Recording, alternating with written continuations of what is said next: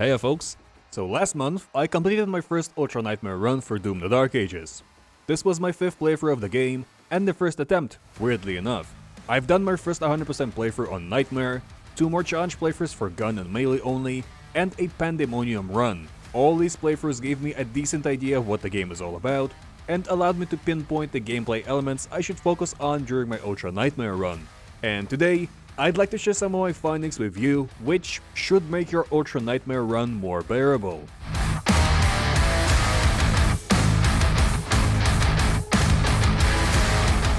The main thing you should be striving to do during any permadeath run is playing safe, and the shield, being your main survival and utility tool, should be upgraded ASAP. It's rather cheap to upgrade and can be done within the first couple of levels.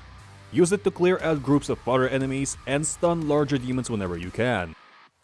Personally, I like to upgrade my combat shotgun and accelerator first, then shift my focus to the super shotgun, the chain shot, the impaler, and the rocket launcher upon acquisition, saving a lot of my resources for upgrading the dread mace in the endgame. If you're not going for a full 100% playthrough, then I suggest you fully explore the first few levels to get the most amount of gold, rubies, and acquire all the readily available Wraithstones as well.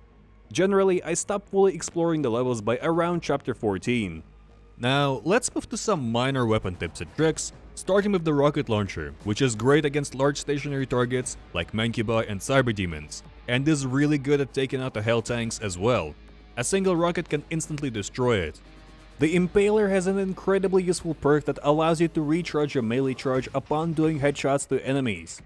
Once the Dread Mace is unlocked and fully upgraded, it will create somewhat of an infinite loop of Impaler headshot, recharge melee, Dread Mace, repeat. It does staggering amounts of damage and can single-handedly carry you through the endgame, just like it did for me. An Empowered Shield can get an Arachnotron into Glory Kill state, which is quite useful in the heat of battle. While you are out of combat, switch to the Flare Up upgrade and farm some of the fodder demons for armor if you're low. Shield charge goes through projectiles and you don't take any damage doing it.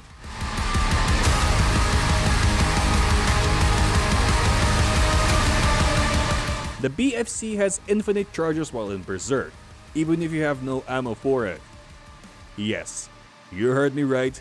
I didn't believe it at first too, but big thanks to the user by the name Me for pointing it out. Also, be mindful so as not to ready your shield after shooting the BFC. You will lose a charge if you do. No! The BFC is your get out of jail free card. With its limited ammunition, you really have to prioritize when and where to use it. So, here are my thoughts on the arenas you should be using the BFC in after acquiring it. Hello. Goodbye.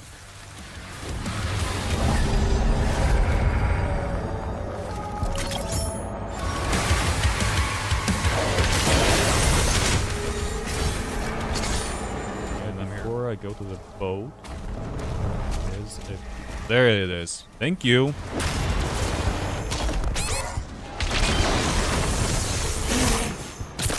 That almost got me worried with the Cosmic Baron. Oh, there's a BFC cell here. Okay, Cacodemon is here. "'Tis but a scratch," he said. "'Tis but a scratch." There it is.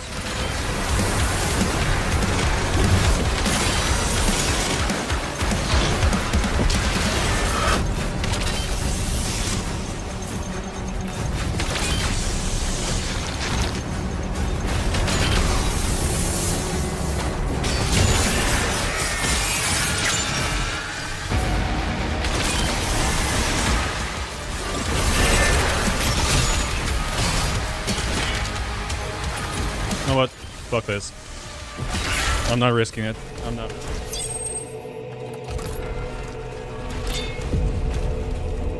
Yes. Okay, that is a relief.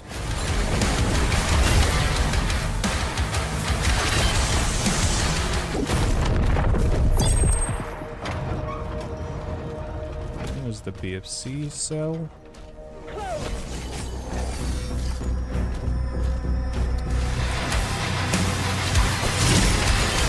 Alright, I'll kill you.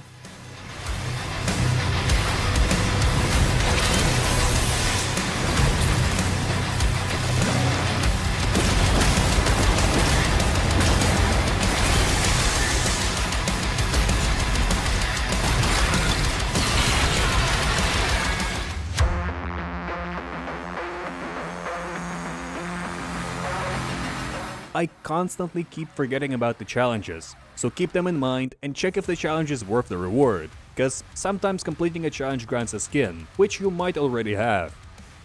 That one is quite important. By the end of the game, you have to be as healthy as possible. Some of these upgrades are locked behind optional Gore Nest encounters, so just before finishing the level, check and see if you got all of the upgrades using your map. If you're not feeling like completing an optional encounter, don't do it.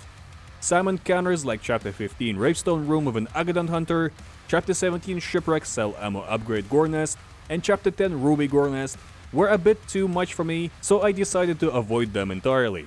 If you happen to see a barrel, shoot it for your own sake. Barrels do insane player damage in this game, so best to err on the side of caution with them. Also, don't fall into lava. There is no teleport threshold, so you'll not get teleported back if you do. Oh no, Jesus fuck, I almost fucking died. Would have been an embarrassing way to go out, to be honest. It doesn't take too long to get carried away when playing these levels. They are easy, yes, but mind your surroundings. It's easy to get overwhelmed and be on the brink of death. You don't want to be the first person who dies during an Ultra Nightmare run on an Atlan or a Dragon level. Life sigils on Ultra Nightmare work differently than on other difficulties. Instead of providing an extra life, they top off your health and armor. Megaspheres, on the other hand, top off only your health. There's a lot of projectiles flying around the arenas. A stray fireball from an imp can easily end your life, so best protect yourself.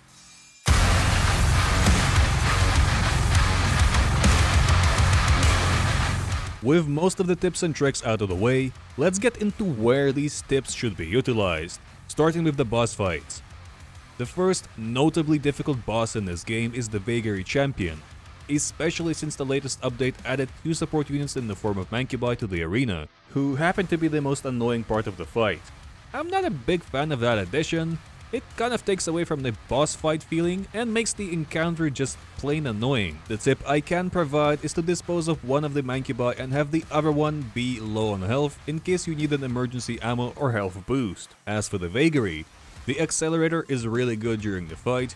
I had it upgraded as far as I could before fighting the boss. Its weakness is its massive ball sack hanging behind it, so once the poise bar is filled up, go around it and shoot it. That will disable its venom attacks. Up next, the Komodo Champion. Use your rocket launcher while it's charging at you, and then switch to the accelerator to keep this thing at medium range. It's too annoying to fight up close, I feel like. Imagine this Komodo goes back to hell to report what happened. So what essentially this Slayer did was shoot my dick off.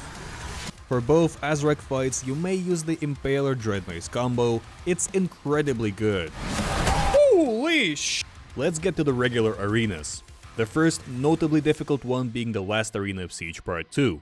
It's got a lot of things going for it that props it up as being one of the more difficult arenas of the game.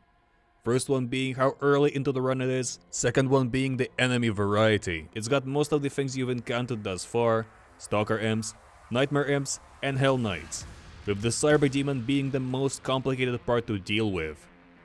Focus on taking out the lesser demons first, and then shift your focus to the Cyber Demon. But don't engage it directly. It's very easy to get overwhelmed if you do. Try to attack it from medium to long range with the Impaler and the Chain Shot, and once he's down, backtrack to the beginning of the arena and dance around the Megasphere once the boss Battle Knight spawns in. The 2 leader fights present in Chapter 13 are incredibly difficult, so make sure to practice both before doing it legit on Ultra Nightmare. Just before getting the BFC in Chapter 14, you are thrown into an arena that has an Agadon Hunter and a Komodo with a boss Revenant right after the Agadon, with the latter being the main focus of the arena. Quickly dispose of the Komodo using the rocket launcher from long range, and shift your focus to the Revenant, who should be easy to take out with no support unit present. The first arena of Chapter 18 throws everything at you. Having it be so early in the level makes it perfect for practice. The Reaver Ammo Upgrade Arena with the boss Komodo was surprisingly difficult during my Ultra Nightmare run. In fact, I almost died during it. I suggest nuking this guy with the BFC as its AI is too wonky to take seriously. Being the last step to completing Ultra Nightmare, it makes sense that the hardest part of the game would be the entirety of the last chapter. It's rather difficult to pinpoint which arena is the hardest. I practice this specific level a lot, and I advise you to do the same, not just with this level, but with the other difficult arenas I mentioned thus far. I think that about covers it. Do you happen to have any tips and tricks for Doom the Dark Ages Ultra Nightmare mode? Feel free to drop them in the comments down below. Thank you everybody for watching. Have a good one.